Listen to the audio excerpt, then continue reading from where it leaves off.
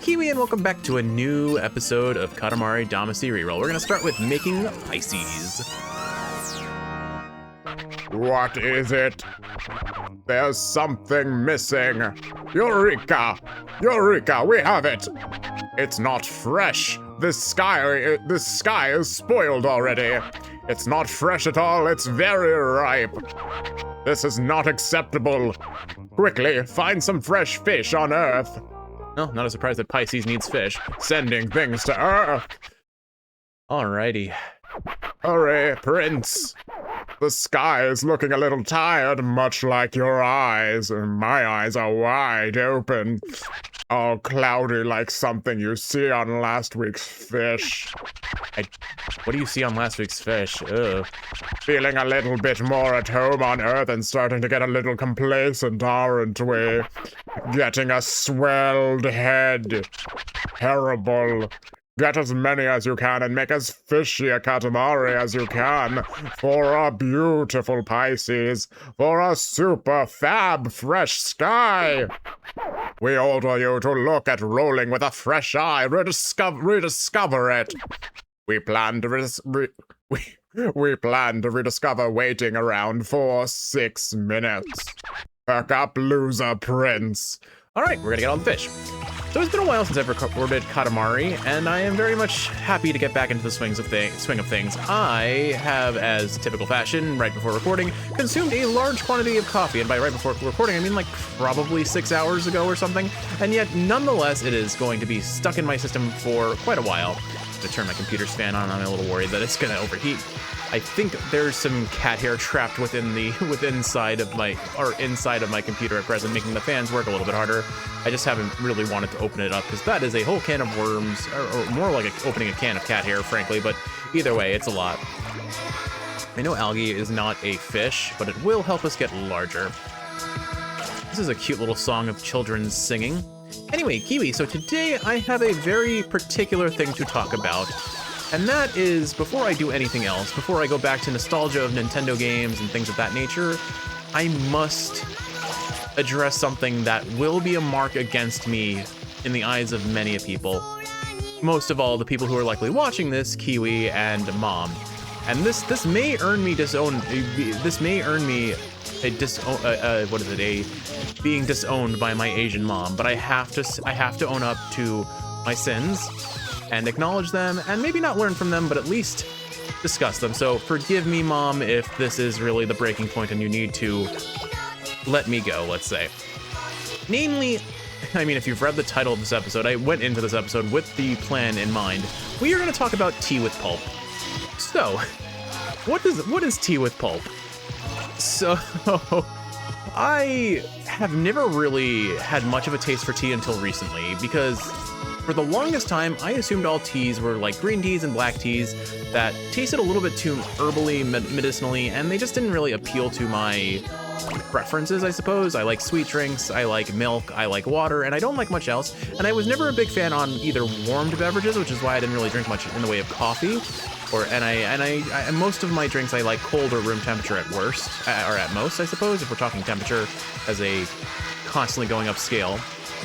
But the thing I need to say here is I've recently been drinking a lot more tea because I discovered there are fruit teas, which no one ever told me about. Particularly peach tea is my go-to beverage of late, and I quite love it. But I am discovering that there are more than just teas that come in sachets and bags. Whoa, I just got lifted up. There are teas that come loose leaf, I believe is how they're called.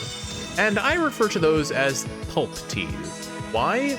Because while Kiwi has a fancy little thing that she uses to have those loose leaves not get mixed into whatever she's drinking, I, with the frequency of which she drinks tea, I do not have access to something.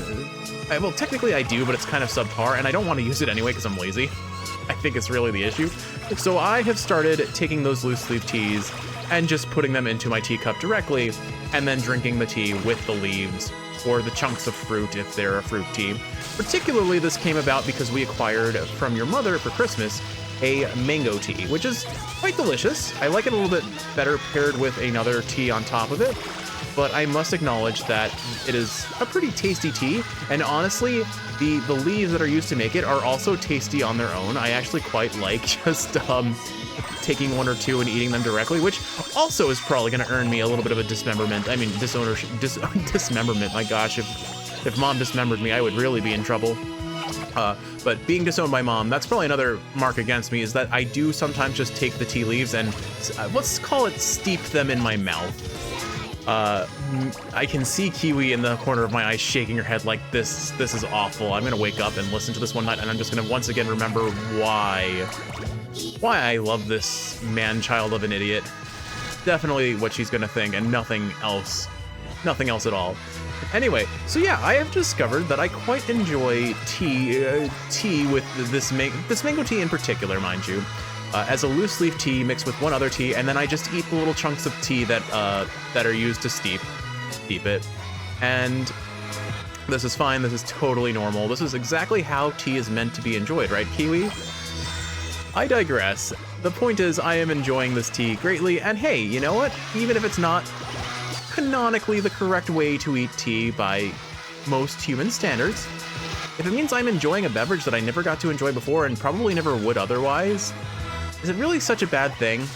Arguably yes. I would argue yes. Probably very much yes. I mean, for me, it would be the equivalent of someone playing Pokemon and then just catching every legendary and releasing it, right? It's kind of the same vibe. It's like just, or no, what would it be? Like, I don't know, what is a game that if you played fundamentally differently from how I would expect it to be played, I would really be upset? I don't know, it doesn't really matter. Point being is, I have let's call it an avant-garde, I have a virtuoso-esque way of enjoying tea. I am beyond my time. No one can replicate, no one can necessarily comprehend, but one day someone will understand and they will agree with me, and then it will become commonplace. I don't know how, I don't know when, and it almost certainly will never happen, but one can dream, one can laugh. But yeah, alright, so that is tea with pulp. And as much as a transgression against humanity as it may be, I am enjoying it greatly. With all that said, that's not the only part of this episode's title, is it? There's also the rice to coffee that we have to talk about. That was a discovery I made this morning. So Kiwi and I have made an alarming amount of rice pudding recently. Fresh! And you are feeling livelier too. We'll take the fresh rainbow back. All right, Kiwi. Royal Rainbow! Royal Rainbow. Kiwi. Royal Rainbow. Kiwi. No, Kiwi. Just because I am saying things that no one should agree with does not mean you can't Royal Rainbow. Royal Rainbow, Kiwi. Royal Rainbow. Say it. Say it. Say it. This recording will not proceed until Kiwi says Royal Rainbow. Royal Rainbow. Come on, Kiwi. I am being shunned. Oh my, looks like a solid showing. 129, that's like a neighborhood fishing champ. Get out there and challenge yourself on the open sea. Forget that dinky neighborhood. You can do better, yes. You have more than this, yes. We'll force it into a constellation, but do it fresher next time.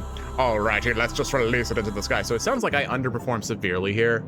Professor Pisces. I don't know how someone looked at that and thought it was a fish. I don't know. People are very creative with the constellations, I guess. Oh, I feel it. I feel the cosmos. Pisces jump back into the sky. So fresh. I'm trying to not go as hard on that episode, on that voice. This is the first episode of a recording session that I'm hopeful to bring out a couple episodes with, and I need my throat to be intact for that. All right, let's see. Mega star number 8. Are you ready for terrible pronunciation of who knows what language next? Oh my god, that's a lot of consonants. The giraffe's too tight. Zebra struvite crystals. Have you ever been to Russia? We were there yesterday. I am so sorry to all Russians. We hope you can visit during the days rolling, like that's possible. Oh yes, almost forgot. Oh yes, a royal present for the hard-working prince. That's what we were thinking, but we didn't bother to actually get one. But but we're sure there's something down there, something that looks like a present. It's Earth after all. They have everything. Roll it up while you're at it. I definitely am not being a little cindery and coy here and actually got you a present and don't want to acknowledge it, baka. Oh, you look a little under threat. I think we're about to be eaten alive, Kiwi. Today you'll be rolling around to the town. The Katamari should be, let's see, around a juicy 12 meters. We can believe in you for 18 minutes in Earth time. Okay, so it's a good thing I didn't replay that last episode. I was definitely mulling over the idea. This is a long level. This was really a really big level. Wow. But any longer than that, and even the king of all cosmos can't be expected to wait. We'll look forward to a nice Katamari bedraggled prince. Alrighty, so as I was saying, much to the chagrin of Kiwi, I have one other warmed up beverage that I enjoyed, and I discovered about it this morning. Namely, as I called it, riced coffee. So as I was saying, Kiwi and I recently had a very large number of cooking days, and on one of those days, we made an aggressive amount of rice pudding.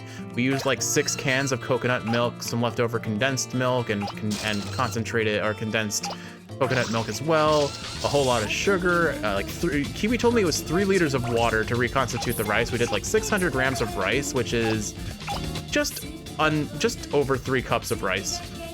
Yes, I know the weight of average rice. The average weight of white rice is 180 grams per cup. Why do I know that? Because I cook a lot of water. I cook a lot of water, Kiwi, but I also cook a lot of other things and know their weight so that I can do ratios. So for me, I usually do 1 cup of water to 1 cup of white rice for most situations. And it's just easier if I know the weights of things because then I can put them on a scale and pour them out without having to pay attention to using a measuring cup. And it saves us on dishes a whole lot too. Man, it was something that I didn't know was an option until Kiwi joined my life, it became a part of my life, and it's something she's been doing for years. But it streamlines cooking so nicely, just knowing the weights of things and then cooking or measuring out ingredients by weight helps a lot. So, of my niche knowledge, there are definitely some things that I know as far as default weights for things that we commonly use. So rice is 90, the packaging usually says 90 grams per half cup, I want to say. So I do the basic math to get the full number. And then on top of that, other things that I know are a cup of sugar is 200 grams. A cup of flour is 120 grams. Under normal circumstances, mind you, there are variances on flour that have different protein contents or densities. Same thing goes with sugar. I don't know the metrics for brown sugar off the top of my head, for example, but I believe it's fairly comparable. Most oils and milks are 14 to 15 grams per tablespoon, which equates to about 240 to 250 grams per cup. I think I've gone on enough. The point being is, Kiwi brought nerd math into my baking and cooking skills, and I never looked back because turns out nerd math. I am stuck on a bicycle. Please, game. There we go. Man, it's pretty easy to get stuck in this game. Anyway, so yeah, Kiwi bringing nerd math into life has made things a lot easier for me. As I'm not even upset to admit it, honestly. As petty as it could be to be like, ugh, math. It just made everything easier, just having baselines to know. Anyway, that was a big tangent off of a more important topic. So, what is that more important topic? Riced coffee. We made an aggressive amount of rice pudding. It's a coconut and cinnamon flavored rice pudding. It is delicious, and we are out of milk. And I'm a wimp. I cannot handle black coffee, and that pigeon has a jam hat in a shoe. This pigeon has all these pigeons have jam hats. Oh, they're aggressive. They're coming at us in their shoes. Okay, we're getting out of here. I think I can go higher. No, I am under assault by pigeons. I don't like this, Kiwi. I'm bailing out. We'll come back later when we are able to defend ourselves against birds. Gosh darn birds. Anyway, so the situation is basically I cannot really handle black coffee. It's too bitter for me in most situations, and I just don't enjoy it without a little bit of sugar and milk. We were out of milk, and my options were either ice cream or the rice pudding, and the answer I chose was both. Frankly, I had the Kiwi didn't have the context. I told her I had 3 small cups of coffee this morning. The reason was because I tried different things to flavor it with. The first round, of course, was logical. It was coffee. I wanted to make sure that I enjoyed. Well, actually, no, I didn't do the coffee first. That would be a lie. I actually did the rice coffee first. But what I did was I took that rice pudding and I poured it into my coffee, and it tasted amazing. So I don't care how much you judge me. I'm going to convince Kiwi to try this at least once. It is my solemn vow to get Kiwi to enjoy something in life that is outside of her usual metric. 45 centimeters. We're sure you can go further. All right, it doesn't look like we've unlocked the new area yet, but we should be getting there pretty quickly. We're sized up enough that we can grab a lot of things pretty easily. Anyway, so I will admit the rice and the coffee had a bit of a mouthfeel issue, so it's not perfect. But honestly, the rice absorbed the coffee's flavor with the coconut and cinnamon and milk, and it tasted really good. It was just kind of like a little, the thing about very wet rice is I'm not really a big fan on the way it feels in the mouth in general, so far be it for me to say it's a perfect recipe, but I stand by what I said. I am pretty pleased with the outcome. That's a monster truck. Oh, there are a lot of monster trucks. Hello, Bob Ross. I guess those are different kind of artists. They're musical artists, but strawberry shortcake. So strawberry shortcake was my favorite flavor of cake as a kid, and I got it for every birthday party I had. I think now, honestly, we've found better cakes to make, but I did make you a strawberry shortcake for, I think it was your birthday the first year we moved in together. It was a recipe I saw on YouTube, but it was in Japanese and I had no way of translating it. So I just followed I tried to recreate what was shown in the video. And I think the biggest mistake I had was they didn't show them whipping the cake or mixing the cake to aerate the dough. So I created an uncomfortably dense sponge as a result. But now I know in general, if you want to make a good sponge cake, you need to whip it pretty heavily to get the dough or the batter aerated a bit more. And also, there were probably other things that I was missing, but suffice it to say, I love strawberry shortcake, and I have a nostalgia for it in our relationship so much as my childhood. So it's one of those cakes that I will always love. Even if it isn't necessarily my favorite cake anymore. I honestly think my favorite cake at this point is the cake we made this year for Halloween, which was a banana cake with chocolate ice cream and chocolate ganache icing. Was phenomenal. Was quite good. I guess banana, I will always say, is not necessarily the best flavor on its own, but it is a very solid flavor on its own. It's an amazing, I call it a support fruit. I call it an S-tier support fruit. It is a fruit that just pairs well with just about everything you try to pair it with in terms of both fruit flavor. So like it's a good go-to, oh goodness, that's such a scream. It's a good go-to pairing of fruit for a smoothie in almost every instance. And it pairs well with chocolate, it pairs well with other savory or sweet dishes. Like my mom used to make a banana crusted fish that I quite liked as a kid. I don't know. Banana supports the flavors of what it is mixed with extremely well, is effectively what I mean. Anyway, so I've really tangented off this rice coffee, but I think you've gotten the gist of it. I mixed coconut rice pudding with coffee, and I had a grand time. It was delicious. The coffee mixed with the chocolate ice cream was also phenomenal. So I had 3 small cups of coffee, and you might be asking yourself, wait, Jeff, if you had 3 small cups of coffee, what's the third flavor you did? And the answer is, I don't remember. I actually don't remember. So it probably didn't matter. Maybe oh, that's 1.5 meters. I'm so close. I'm so close to being 1.5 meters. There we go. All right, let's go this way. Wait, this is only 1.5 meters. Way too small. Make it much bigger. It didn't show us the gate that we were blocked off in the previous size up, I think, at least. There's a way through there. Or here. Yeah, whatever. Anyway, so I think that's about all I have for my beverages of nightmare portions, but I guess I could talk about another nightmare beverage, and this one, unlike rice coffee and tea with pulp, was a mistake. It was a horrendous mistake, and it was born of the same decision tree that led to rice coffee, and that was I was out of milk, and I needed to mix something into coffee. This guy is just clipping through the dock there.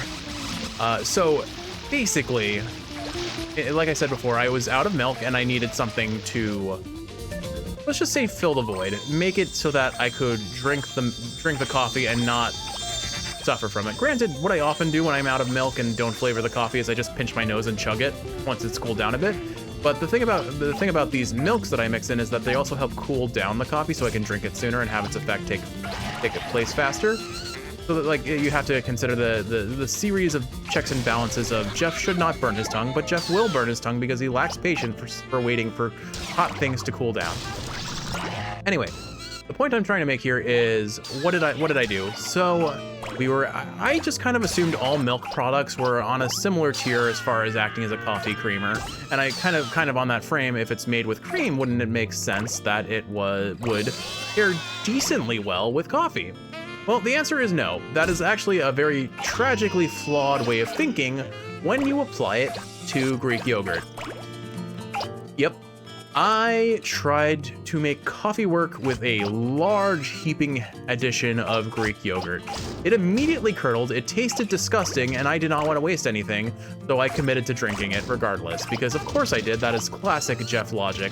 I don't want to waste food, and if I'm going to run the risk of making terrible decisions around food or drink, I am going to commit to them, and I'm going to learn my lesson for better or for worse, and often for worse, frankly, because often what happens is I learn that, okay, this doesn't taste good, but I forgot how bad it tasted, and now I have to rediscover the suffering, the mistakes, and understand better that I should never do this again. And yeah. So needless to say, I will never mix Greek yogurt with coffee again until I decide that maybe I forgot how this was, and I need to learn from my past mistakes by repeating them and relearning them.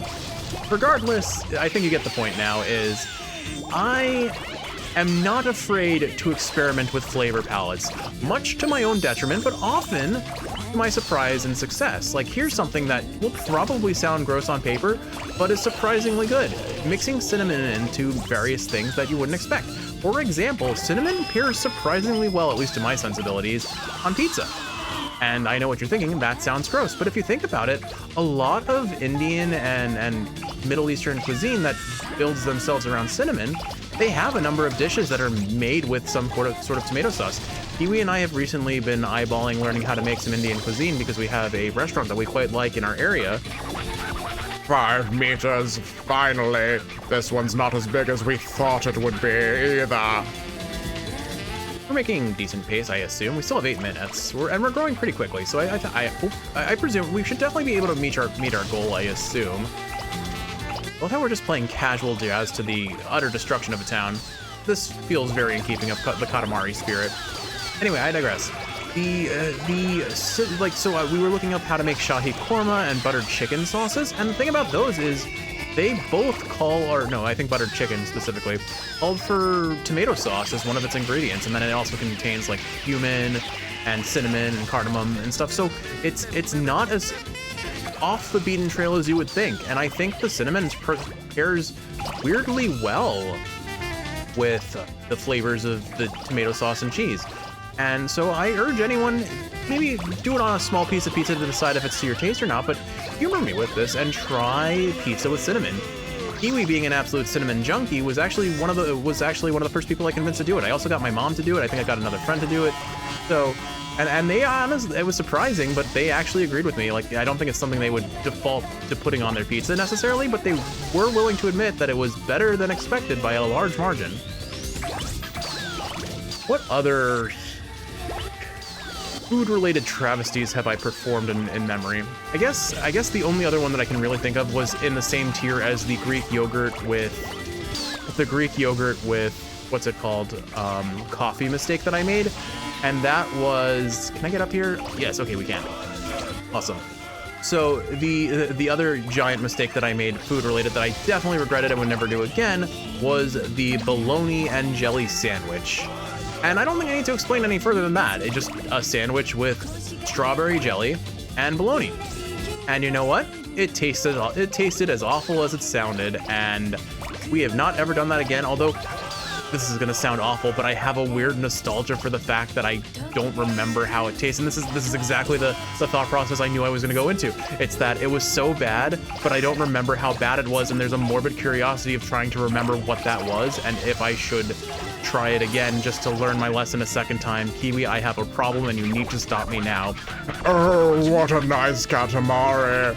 Plump, yet with an air of melancholy. But we would love to have a much bigger, burstingly full Katamari. We'll leave it to your work then.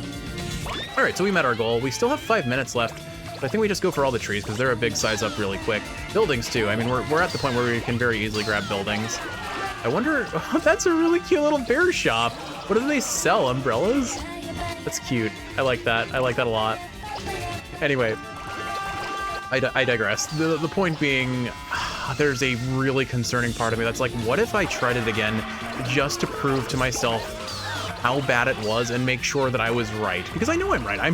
No one has to think about the thought of, is a bologna and jelly sandwich a mistake? Is it going to taste bad? Of course it's going to taste bad. No one's questioning that, but I am thinking about it, and again, it's that weird, almost nostalgic feeling of, I would like to re-experience this and learn my lesson a second time. I am just like your cat, Kuroma Kiwi. I forget the lessons that I've learned and need to confirm that I haven't forgotten something important. And I haven't forgotten something important. I know it's going to be awful. And yet, here I am contemplating humoring the idea. Kiwi, you need to stop me as soon as this recording is over. I have no means of doing this. We are in a huge blizzard, and there is no way we are going to the grocery store until at least tomorrow. But there is a chance that afterwards, this could happen. I feel like I am happy with this level as soon as we acquire Bear Store. Bear Store is very large, but I want it. And we haven't found the present yet either. I don't know if this works in similar logic to how We Love Katamari worked, but a lot of the presents were only found in like the very smallest sizes of the Katamari. So there's a decent chance we just don't get the present here. I'd also love to get these. Oh, we got the windmills. Excellent. Okay, we should definitely be big enough for Bear Store now. Let's go get Bear Store. I feel like we are almost at capacity for just what the level can offer to give us. I think our next goal after Bear Store is going to be the hot air balloon. Oh my goodness. Sound design and music design in these games are just wild, I swear. I love it. I love it so much. It's such a fun game. It's such a pleasant game. It's such a concerning game. Hey, a dinosaur. Is that Nessie? Is that the Loch Ness Monster? Probably. Anyway. Gosh, is there any other food-related travesty I can tell for just to like complete it in one episode, and then you can just choose not to listen to this episode again, Kiwi, if you really need to, just because I have definitely said some things that probably are hardcore concerning you.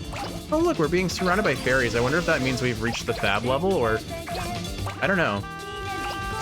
Anyway, oh gosh, what else could there be? I mean, for me in general, Kiwi, I know you don't like fish, and I don't really have a lot of fish-related things that I could humor the thought of pairing with things that I would not necessarily think would go with them. Because as it is, I'm pretty particular with fish as it is. I'm not a big fan of whitefish. I'm not a big fan of... Basically, I like salmon and shellfish and very little else, unfortunately. And I think about a anime that I watched, Shokugeki no Soma, or Food Wars, which is definitely not an anime I would watch with you, Kiwi. It's very raunchy. They use hypersexualization and response of that nature to play up people's enjoyment of the food they are eating. But the main character keeps trying to get people to try, I think it was peanut butter mixed with squid, if I recall. And here's the thing, I would try that. I would absolutely try that. I just don't really ever get squid outside of eating with my parents, and I don't feel like this is something I want to do in front of my parents. I feel like if I did it in front of you, Kiwi, I would be comfortable with both the decision and the aftermath, and I wouldn't have to worry about anything other than your silent judgment and your looks of horror, which to me are implicitly amusing. I don't get the same enjoyment of watching my parents suffer the way I enjoy watching you suffer. So, I guess... and I guess there's also the enjoyment you can get from watching me suffer. I think we've completed this level. I'm gonna go ahead and end it. Can I end this early? I don't actually know if I press Y to go back to home planet, I suspect we don't get the completion. So I'm gonna, I guess let's just chill and enjoy the jazz for a nice solid 50 seconds. I've basically gotten everything that this level has to offer at this point, and we are so big that the game is chugging. It was not optimized for a Katamari this large, I guess, even on my PC, which should not have an issue with that. Even if it is overheating, I don't think this is the game to cause it to be a problem. Anyway. With all that said, though, I think that will end our journey into the topics of demonstrably poor food decisions. I am stuck? No, I'm not. Okay. Hey, Kiwi, I look forward to your reaction as soon as this episode ends, because I know this episode's about to end. I just hope that I can still get a royal rainbow from you, because I think I deserve at least that much. I am making these videos for you, right? I am entitled to a royal rainbow from Kiwi, right? Let's find out. Oh, where's my royal rainbow? Where's my royal rainbow? King, you stingy bear hugger. 25 meters, 45 centimeters, 1 millimeter. We are moved to tears by the size of this thing. This is so incredible. Happy, happy, so happy. We want to turn it into a star right now. The thing you collected the most of is plants. My Earth really is full of things. We will now release it into the sky. Town Meister, you can count on us to guide you. Ah, it's so hard to read that in the corner. All right, Space Center. Are they in the helicopter, do you think? No, they're not. They're larger than I expected, those space rockets. And so nice. Now I want to be an astronaut too. Oh, honey, I'm sure your father would be pleased. Speaking of your father, where can he be? Oh, they just gave themselves whiplash, didn't they? All right, good. We're not at the end of the plot. I was worried that that was going to be the last level, given how big we got. But with all that said, Kiwi, I am going to end the episode here and talk to you in real life and find out what happens. But perhaps you could humor me with one last thing before we call it an episode. Royal Rainbow? Royal Rainbow? Kiwi, Royal Rainbow. Please stay with me, Kiwi. Royal Rainbow! She said Regicide Rainbow. Oh no, King of all cosmos, look out. Well, Kiwi, if that's how you're gonna be, I better put you to sleep. Well, I hope you've enjoyed watching this, and if you're awake, you better be falling asleep for my sake. Do it for the king, Kiwi. Do it for the king of all cosmos. If you're sleeping, I hope you're sleeping well, and if you're not, well, please spare me. With all that said, Kiwi, a kiss from the king of all cosmos. May you rest in peace. Mwah.